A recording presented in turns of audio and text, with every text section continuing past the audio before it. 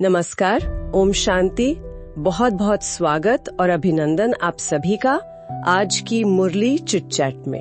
तो आज प्यारी शिव बाबा ने हम आत्माओं को विश्व की आधारमूर्त आत्माओं के रूप में देखा है। एक बहुत ऊंचा स्वमान है ना, एक गहरी जिम्मेदारी भी।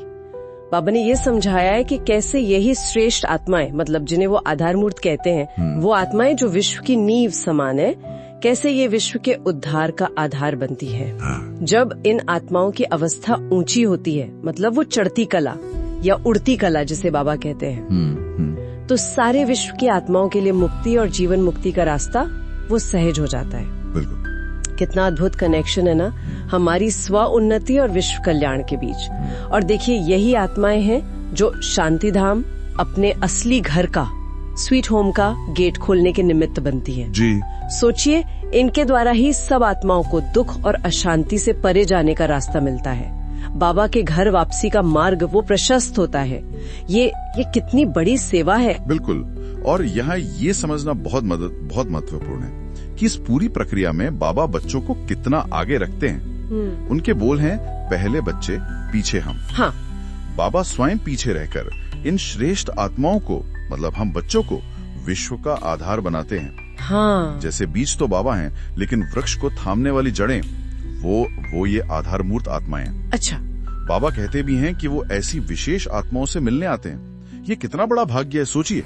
और ये साधारण आत्माएं नहीं है, ये वो विशेष आत्माएं हैं जो निराकार परमपिता परमात्मा को और आकारी फरिश्तों को भी साकार दुनिया में अनुभव कराने की शक्ति रखती हैं। अच्छा। हाँ, उनकी याद, उनकी स्थिति ऐसी होती है कि जैसे वो निराकार और आकार को साकार में ले आती हैं। तब बाबा बड़े स्नेह से पूछते हैं, क्या सदा इस ऊंची स्मृति से, इस सम्मान से अपना हर कर्म करते हो? क्या ये नशा रहता है कि हम विश्व के आधार हैं? हद की टेंशन को खत्म कर देता है। किसी और चीज की जरूरत ही नहीं, बस ये याद कि मैं कौन हूँ और मेरा बाबा कौन है। सही है। ये स्व परिवर्तन ही तो विश्व परिवर्तन का आधार बनता है। बाबा की याद में स्थित रहना ही सबसे शक्तिशाली अटेंशन है। और ये अटेंशन काम कैसे करता है? बाबा ने एक बड़ा रोचक उदाहरण दिया। जी। जैसे आजकल कुछ साधन होते हैं ना, जिन्हें स्विच ऑन करो तो आसपास का कचरा अपनी ओर खींच लेते। हाँ, वैक्यूम क्लीनर जैसे। हाँ, वैसे ही जब हम साइलेंस की शक्ति में स्थित होते हैं, ये शक्तिशाली अटेंशन का स्वरूप धारण करते हैं, तो ये स्वतः ही दूसरी आत्माओं के बोझ को, उनके टेंशन को खींचेगा और उनका ध्यान बाबा की तरफ आकर्षित करेगा। वाह। ये बिना बोले होने वाली सेवा है, मन की स्थिति से सेवा। एकदम सही। और बाबा सिर्फ वर्तमान की नहीं, बल्कि भविष्य की ओर भी स्पष्ट इशारा दे रहे हैं। वो समझाते हैं कि आगे चलकर जब परिस्थितियां और कठिन होंगी, तो आत्माएं शक्तिहीन, निर्बल महसूस करेंगी। उन्हें सहारे की जरूरत पड़ेगी। तब यही आधारमूर्त आत्माएं अपनी शक्तिशाली स्थिति के कारण एक रूहानी चुंबक की तरह, अच्छा, हाँ, एक सच्चे चलते फिरते तीर्थ की तरह काम करेंगी। वो अनेकों भटकती हुई आत्माओं को अपनी शांति और शक्ति से बाबा की तरफ खींच लेंगी। जी। जैसे अभी हम आत्माओं को ढूंढकर ज्ञान देते हैं, बाबा कहते हैं फिर वो हमें ढूंढते हुए आएंगी। वाकई ये भविष्य का नजारा कितना शक्तिशाली है। लेकिन इस महान सेवा के निमित्त बनने के लिए तैयारी भी उतनी मजबूत चाहिए। बिल्कुल चाहिए। बाबा कहते हैं इसके लिए अचल बनना होगा, अडोल। जब सारी दुनिया में हलचल मची हो, उथल पुथल हो, तब यही अचल मूरत आत्माएं अपनी स्थिरता से, जो कुंभकर्ण की नींद में सोई हुई बाकी आत्माएं हैं ना, हाँ। उनको जगाने के निमित्त बनेंगी।